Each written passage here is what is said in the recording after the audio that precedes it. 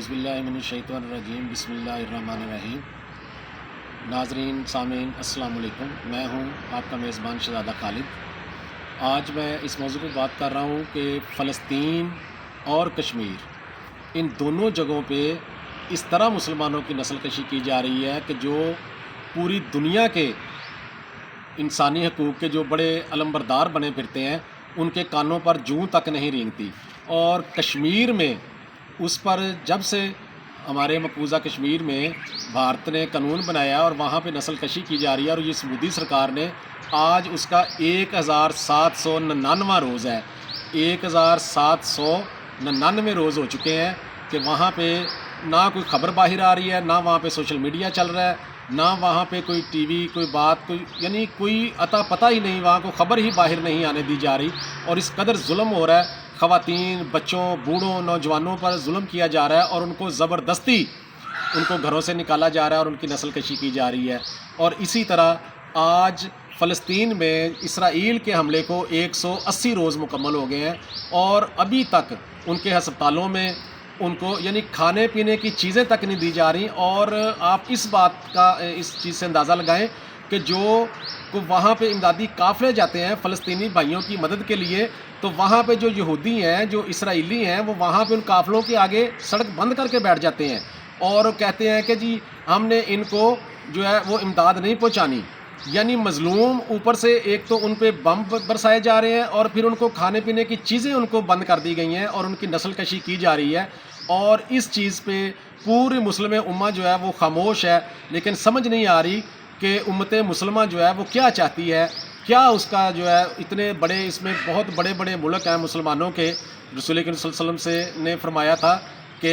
ایک وقت ایسا آئے گا کہ جب مسلمانوں پہ ظلم ہوگا اور جو دوسرا مسلمان ہے وہ چپ سادے بیٹھا ہوگا، تو صحابہ کرام نے فرمایا کہ کیا اس وقت مسلمانوں کی تعداد تھوڑی ہوگی؟ تو رسول اکرم صلی اللہ علیہ وسلم نے فرمایا کہ تعداد بہت زیادہ ہوگی، لیکن انہیں دنیا کی محبت میں وہ ڈوبے ہوں گے،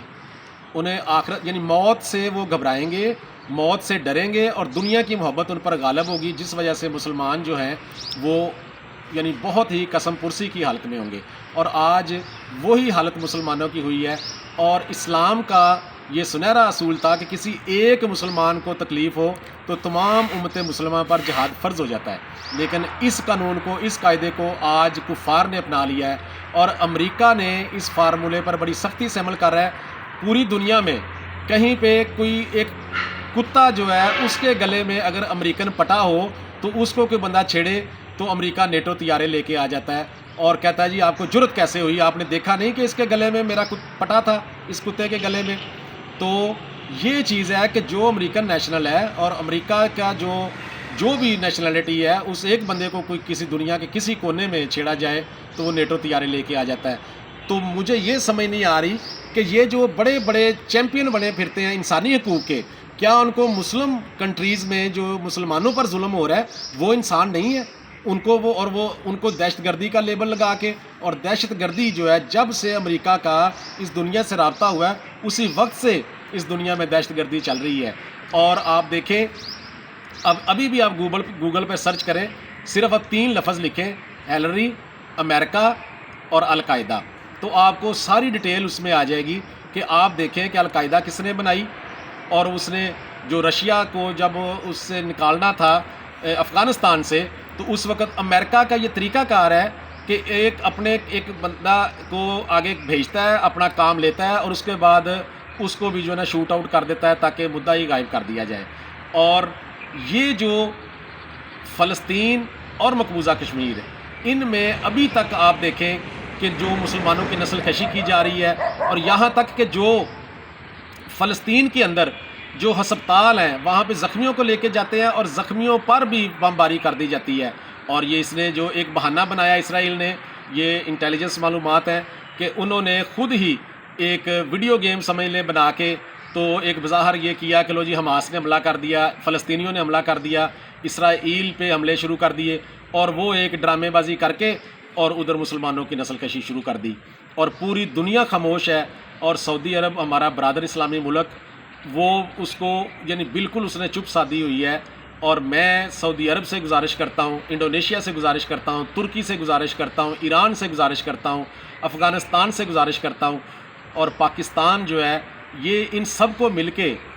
تو اس جو نسل کشی مسلمانوں کی جا رہی ہے اس کا حل نکالنا چاہیے. اور جب تک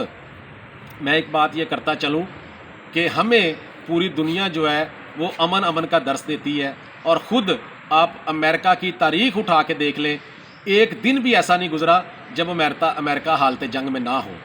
پوری دنیا میں اس نے جنگ چھیڑ رکھی ہے اور دوسروں کو امن کا درس دیا جا رہا ہے، اور خود جو ہے ہر ملک میں چھیڑ خانی، ہر ملک میں جنگ. اور انہوں نے یہ ہمیں کہتے ہیں کہ جی جنگ جو ہے یہ مسئلے کا حل نہیں ہے، اور خود ہر مسئلے کا حل جنگ سے کر رہے ہیں. تو یہ تمام امت مسلمہ اور اس کے علاوہ جو دوسرے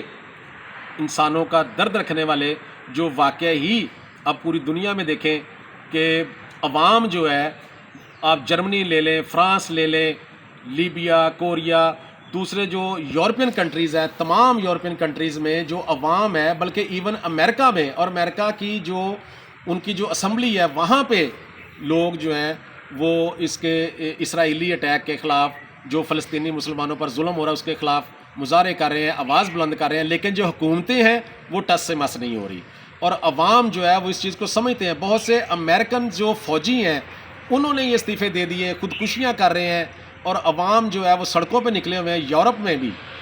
بلکہ مسلمان جو ہیں وہ سوئے ہوئے ہیں. اور میں سمجھتا ہوں کہ جو یورپین اور امریکن جو شہری ہیں وہ اسرائیلی اس بدماشی کے خلاف، اس حملے کے خلاف وہ مذمت کر رہے ہیں، لیکن مسلمان سوئے ہوئے ہیں. تو میں اللہ تعالیٰ سے یہ دعا کرتا ہوں کہ یا اللہ یہ سوئی ہوئی مسلم امہ جو ہے اس کو اللہ تعالیٰ جگائے، اور ہمیں جو ہے یہ اپنے مسلمان بھائیوں کی مدد کرنے کے قابل بنائے. السلام علیکم.